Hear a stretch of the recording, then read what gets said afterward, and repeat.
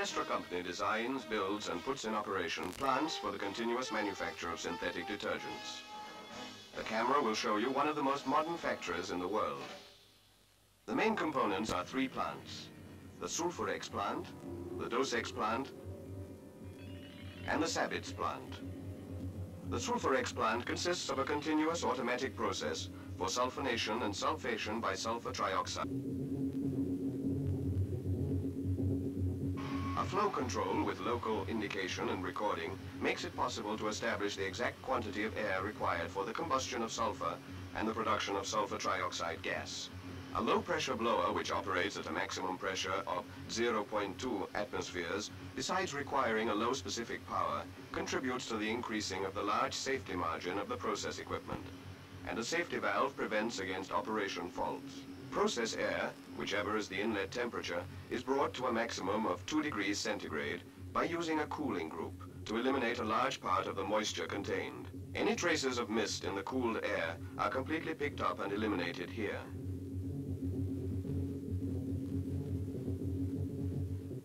The residual moisture is then absorbed by means of one of the two silicatal dehumidifiers which are connected in parallel.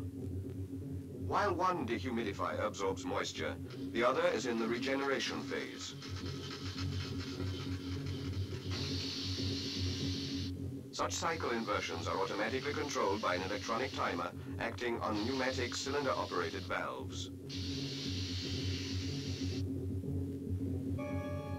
A fan sends hot air recovered from the process heat exchangers to the unit in regeneration phase, or sends cool air from a water heat exchanger for cooling the silicatal down to its operation temperature.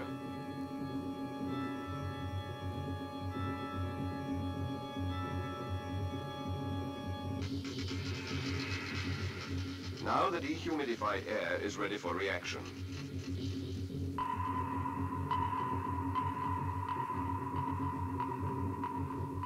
Should the plant be stopped, a check valve disconnects the air process part from the rest of the plant.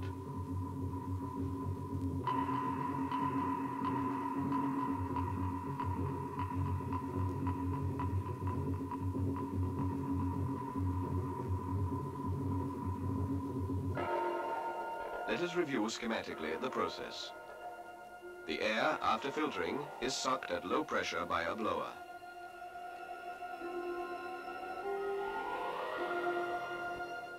It is then cooled to eliminate part of the moisture and enters then a silicatal dehumidifier and completely dried is sent to a sulfur burner. A flow control is on the suction piping and a pressure control on the delivery piping.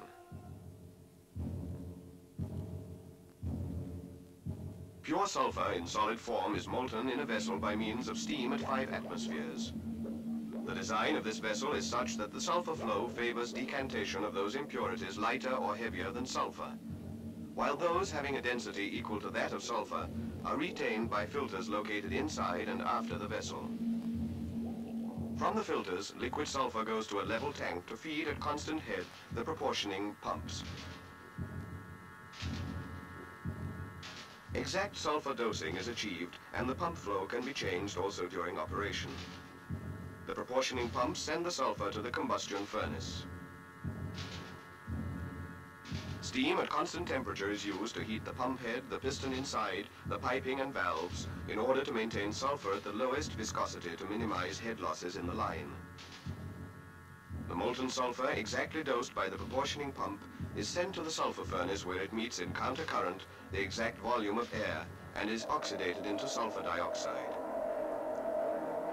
The temperature of the combustion gas at the outlet of the furnace is of about 700 degrees centigrade, and air-to-gas heat exchangers are used to cool the gas to the optimum temperature for conversion, which is from 420 to 440 degrees centigrade.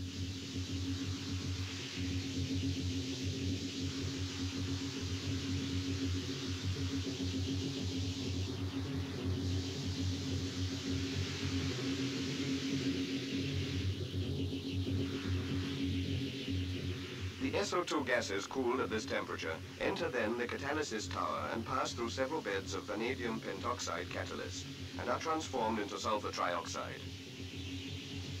Interstage air-to-gas heat exchangers cool the gases from one catalyst bed to the other to the proper conversion temperature, thus eliminating the reaction heat.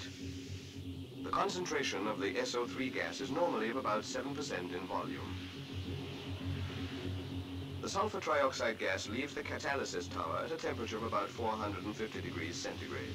Air-to-gas heat exchangers reduce the temperature to around 60 degrees centigrade, which is the temperature used for sulfonation or sulfation. The shell and tube heat exchangers and related fans allow the recovery of heat used for economic regeneration of the silicature.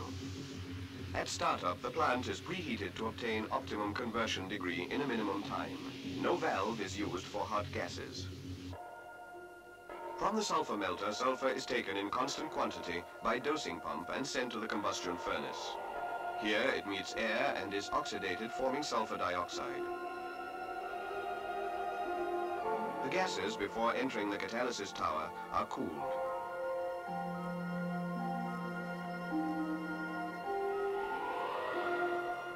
And during the catalysis process are dropped to the initial temperature after every catalyst bed passage. Before being sent to sulfonation, sulfur trioxide is further cooled. Temperature controls are in each phase of the process.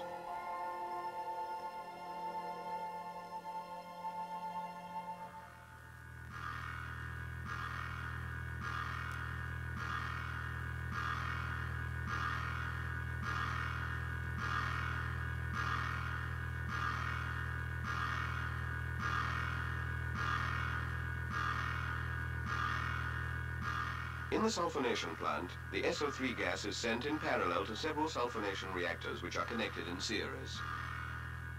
Nickel chromium molybdenum stainless steel is used as construction material.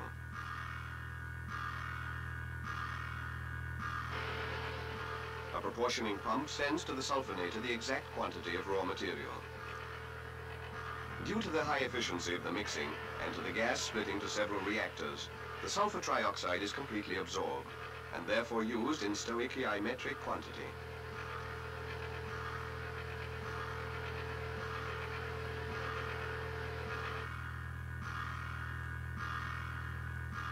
The sulfonation reaction is exothermic and is to be maintained at constant temperature. Therefore, the sulfonators are provided with cooling coils and heating and cooling jackets. Large plants have heat exchangers and recycle pumps.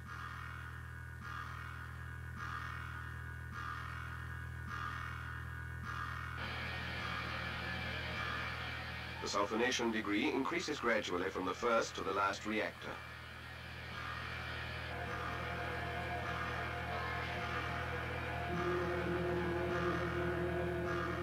The last sulfonator has an automatic sulfonation degree controller which regulates the quantity of raw material.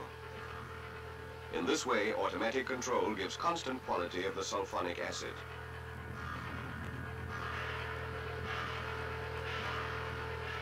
These two vessels complete and quench the sulfonation reaction and are bypassed during sulfation. The sulfonic acid can be stored or neutralized. In the case of neutralization, a second group of proportioning pumps provides to feed constantly the raw materials needed for this purpose.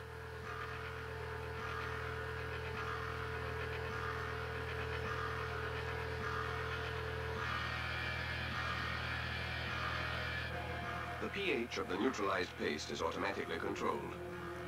The last vessel homogenizes paste and is a surge vessel for the spray drying plant. On plant operation.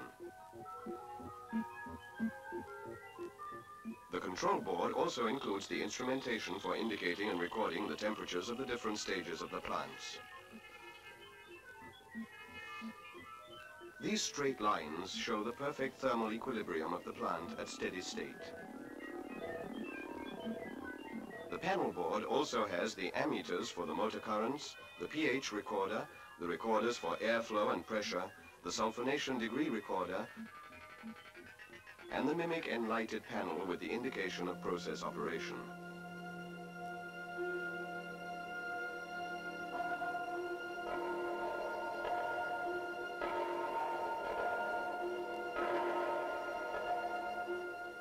SO3 and the material to be sulfonated arrive at the sulfonation reactor. reaction is cooled in closed circuit by means of a pump and a heat exchanger. Sulfonic acid arrives at the neutralizer at the same time as the neutralizing agent. And also here the reaction is cooled in closed circuit by means of a pump and a heat exchanger. In these phases, temperature and pressure of SO3, sulfonation degree and pH are controlled. From the sulforex plant, by means of a pump, the neutralized paste arrives in these tanks. In other silos are contained the solid and liquid raw materials which are a part of the formulation of the finished product.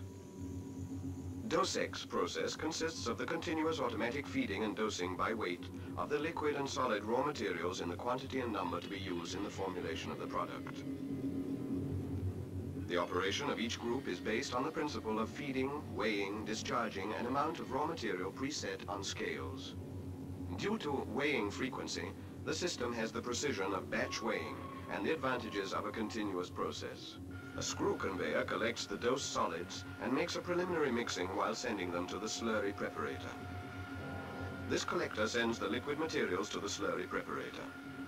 The slurry is obtained by mixing in two series-connected preparators the raw materials. In a further vessel, the slurry is aged.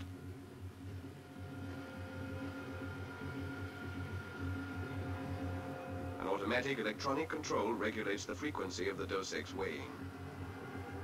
At this stage, the slurry is prepared. The slurry is sent by means of a feeding filter to a set of homogenizing pumps. And from these to a piston pump which works in this stage at low pressure.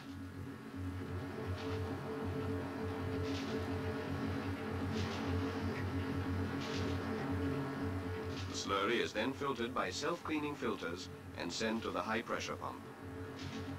On the piping are provided pressure safety devices and surge vessels.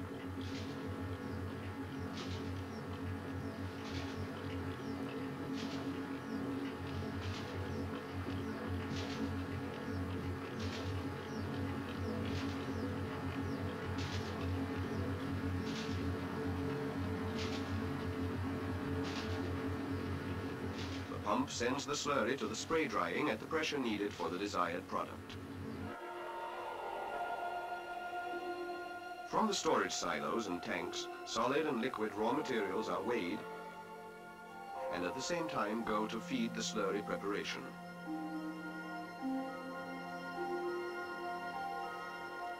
From here, after filtering, the slurry is homogenized and by the pump sent to the spray drying tower. A level control regulates the frequency of the weighing in the dosing system. The Ballestra plant is a spray drying plant designed for the production of synthetic detergents or soaps in bead form. The process essentially consists in spraying the slurry in a current of hot air in a spray drying tower. The hot air necessary to the process is furnished by a hot air generator.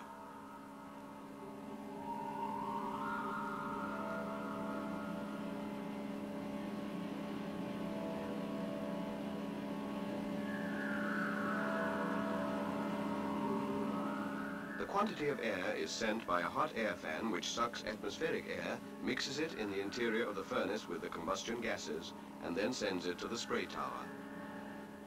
At the same time, from the high-pressure pump, the slurry arrives at the spray nozzle circuit, from which it is pulverized in small droplets, whose water evaporates, giving beads.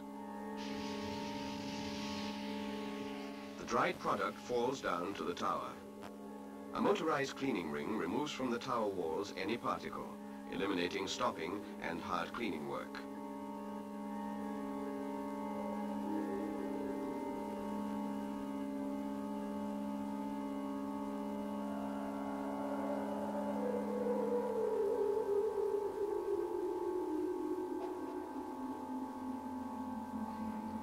The powder is collected in a belt conveyor which sends it to the suction of an airlift.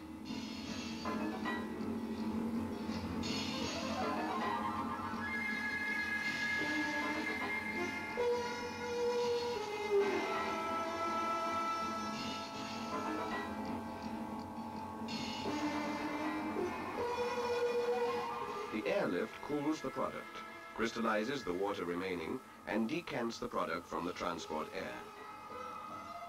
A vibrating sieve controls the particle sizes. The bulk density of the product is automatically recorded and controlled by changing the pressure of the high-pressure pump to obtain the desired bulk density. The air used for drying is sucked by an exhaust fan and passes through a set of cyclones which are specially studied to recover completely the fines.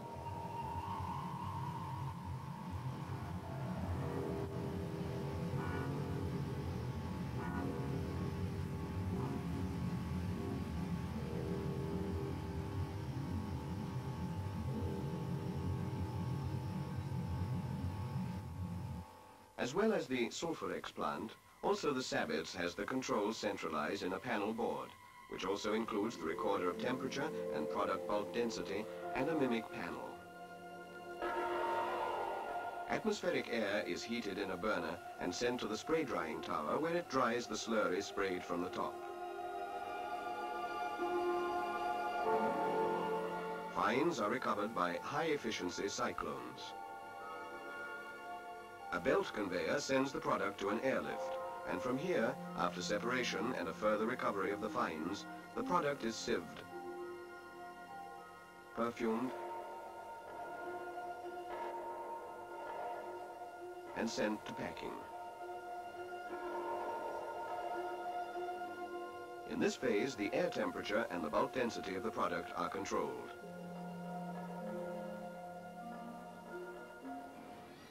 After being perfumed, the product is sent to the storage, and from this, by means of belt conveyor, feeds the hoppers of the automatic packing machines.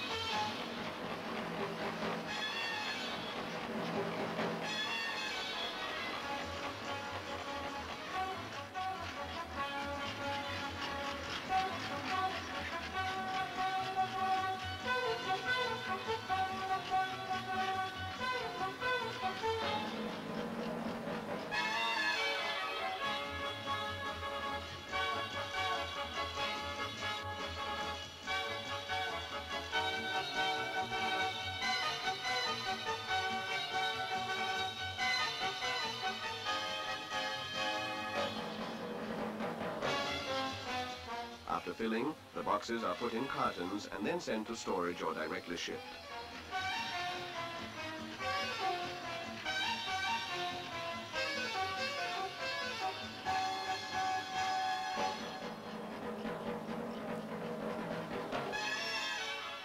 You have now seen one of the more than 100 Ballestra plants in operation. You will be welcome to visit this factory, or others started up in the meanwhile, with all the improvements which we endeavor to incorporate in each new plant for an always better satisfaction of our many customers.